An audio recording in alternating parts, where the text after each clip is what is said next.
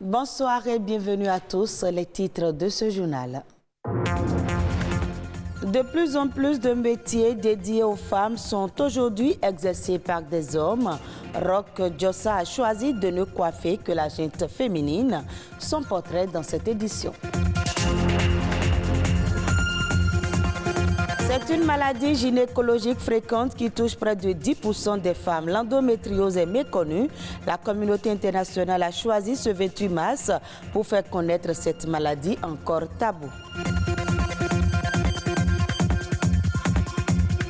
Enfin, on parlera de la sculpture, cette activité artistique qui consiste à concevoir et à réaliser des formes en volume, les aptitudes à avoir pour être un bon sculpteur à suivre. Aujourd'hui, dans le monde, il n'y a plus de métiers exclusivement réservés aux hommes dédiés aux femmes. Au Bénin, de plus en plus d'hommes font le choix d'exercer des métiers traditionnellement féminins. C'est le cas de Roch Djossa qui pratique la coiffure féminine. Charlène Kendiro et Ulvaeus Balogun sont allés à sa rencontre. Voici son portrait. Attiré par la coiffure pour dames, Roch a fait de son rêve de jeune garçon une réalité. Aujourd'hui, patron d'un salon de coiffure et de soins esthétiques, il ne ménage aucun effort pour sublimer ses clientes. Ici, en plus de la coiffure, le service prend en compte la pédicure, la manicure, le tracé de sourcils et le maquillage. Depuis l'enfance, malgré que je suis un garçon, j'aimais les mèches. J'aimais tresser ma maman, mes soeurs et tout. Donc, il y avait une dame en face de ma maison. Donc, après les cours, je vais là-bas et j'observe ce qu'elle faisait. Si Roch s'affirme et excelle aujourd'hui dans un métier traditionnellement féminin, il n'en sort pas moins fragilisé dans sa masculinité.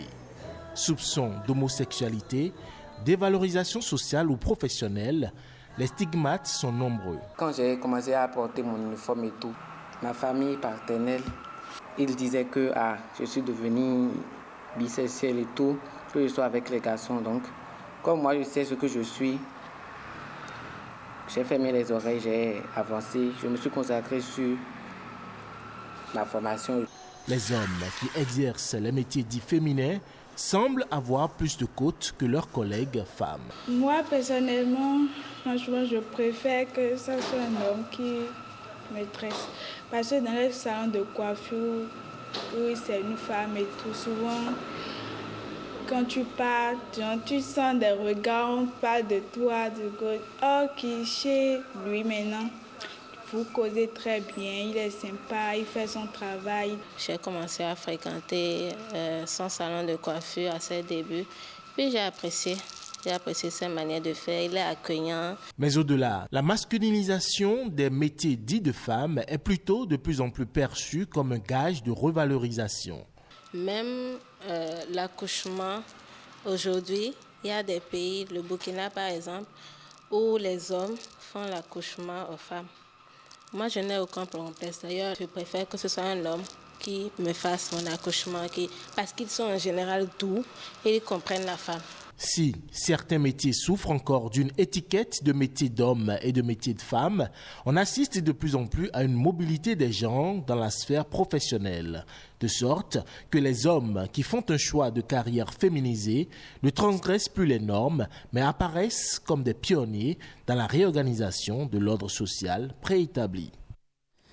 Ce lundi 28 mars, c'est la journée mondiale de lutte contre l'endométriose, une occasion pour la communauté internationale de faire connaître cette maladie qui ne touche que les femmes. Elle a été identifiée depuis 1860. Malheureusement, l'endométriose reste un tabou malgré un très grand nombre de cas. Cette pathologie est encore trop peu connue et diagnostiquée tardivement avec un retard de 7 ans en moyenne. Suivez ce reportage pour en savoir davantage. L'endométriose est une maladie gynécologique chronique longtemps passée sous silence. Elle bouleverse le quotidien des femmes en âge de procréer. La première fois, moi, je viens d'entendre ça. Je n'ai jamais eu cette information. Je n'ai jamais entendu ça une fois. Bon, endométriose, ce thème, bon, je ne maîtrise pas trop. J'entends souvent parler des règles douloureuses. Les gens en parlent autour de moi. Peu connue, la pathologie va au-delà des règles douloureuses. Elle est causée par la présence de cellules de l'endomètre en dehors de l'utérus. Quand on parle d'endométriose, c'est que des cellules de la même nature que les cellules de l'endomètre sont implantées hors de ce champ. La situation de l'endométriose pourrait se retrouver à beaucoup d'autres endroits que dans le pelvis, dans le bas-ventre de la femme. La première catégorie de signes sera les douleurs pendant les règles et les douleurs au bas-ventre. C'est des douleurs qui peuvent apparaître au moment des rapports sexuels. C'est des douleurs d'intensité de plus en plus croissante avec le temps. Il va y avoir aussi des saignements exagérés pendant les règles. C'est une situation souvent qui est couplée avec des problèmes de fertilité. C'est une maladie complexe. C'est sans doute pour cette raison qu'elle est souvent mal ou tardivement diagnostiquée. Il peut s'écouler 8 à 10 ans entre les premiers symptômes et la confirmation du diagnostic. C'est fréquent chez les jeunes filles d'avoir des règles douloureuses et on dit que c'est normal. On donne quelques calmants et si la fille continue à se plaindre, on dit qu'elle fait bébé. Mais en fait, on n'a pas su diagnostiquer. L'endométriose donne des fois des niveaux de douleur vraiment au-delà du supportable, malgré l'utilisation de médicaments.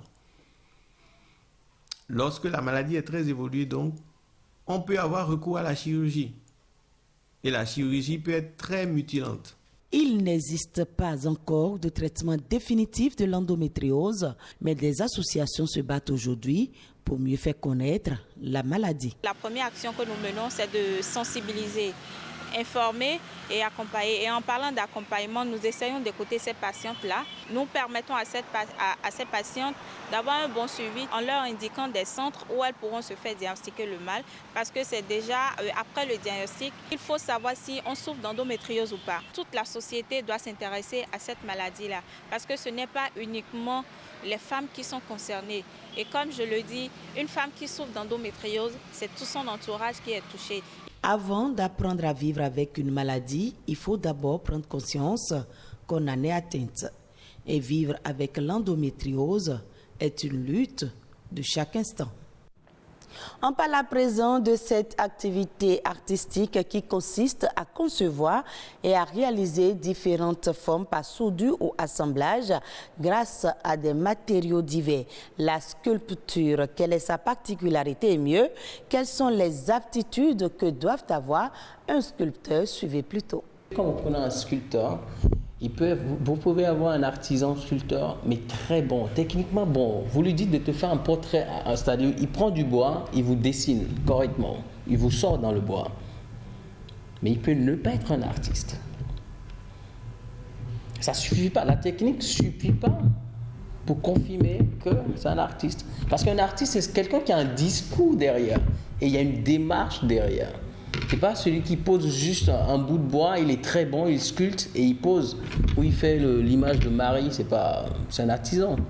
Ma première sculpture, c'était, j'avais agencé le bois flotté, le bois de pirogue, avec des bouts de plastique. C'est-à-dire, en fait, à l'époque, je faisais des visages, je faisais des moitiés visages en fait. Donc il y avait une partie d'un visage et je représentais l'œil avec des, je dirais pas de la récupération, mais tout ce que je trouvais qui peuvent donner une forme d'une bouche et d'un œil. Très sincèrement, les artistes ont besoin de visibilité. Moi, actuellement, on est un collectif, un groupe d'artistes, on a quand même des idées, des projets, mais il n'y a pas une salle d'exposition pour accueillir nos œuvres, il n'y en a pas. Déjà, commençons par là, déjà. Il faut des lieux d'exposition. Les artistes ont besoin de s'exprimer. Ce n'est pas d'aller exposer dans les 4 murs, non. Il faut des vraies salles d'exposition. Il faut des espaces culturels. Là, ce qui va permettre à une génération, c'est-à-dire d'être déjà ancré, d'avoir cette éducation déjà, ils vont grandir avec. En bref, porte aujourd'hui la signature de Ulvaeus Balogun.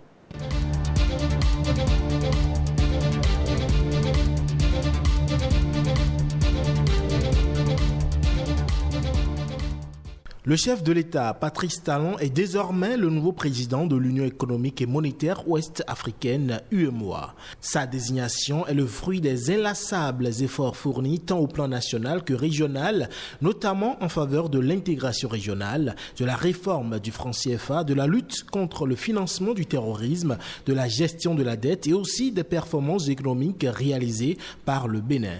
Le mandat du président Patrice Talon est placé sous le signe d'une volonté de réforme et d'une bonne gouvernance assumée.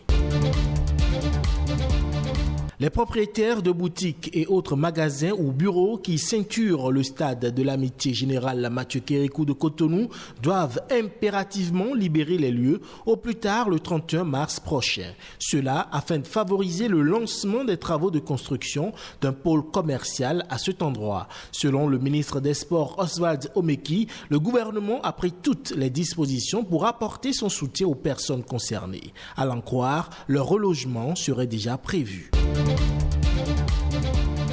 Le gouvernement a procédé vendredi 25 mars dernier au lancement d'un produit dénommé Crédit Arche Artisan. Il s'agit d'un produit issu du volet crédit du projet Assurance pour le renforcement du capital Arche.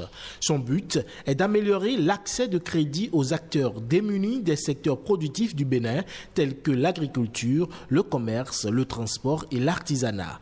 Le Crédit Arche Artisan leur donne la possibilité de demander des crédits dont les montants sont compris entre 100 000 francs CFA et 2 millions de francs CFA pour pouvoir s'installer, démarrer et assurer la pérennité de leurs activités.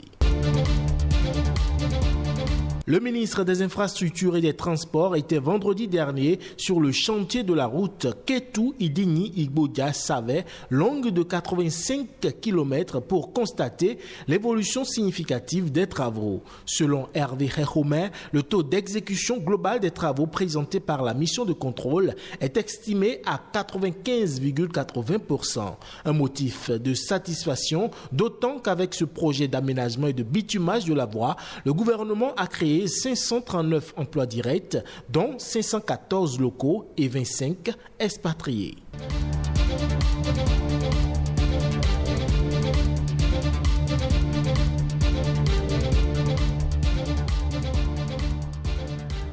Et ce journal est à revoir sur le www.oactb.bj. Très bonne suite des programmes de BB24.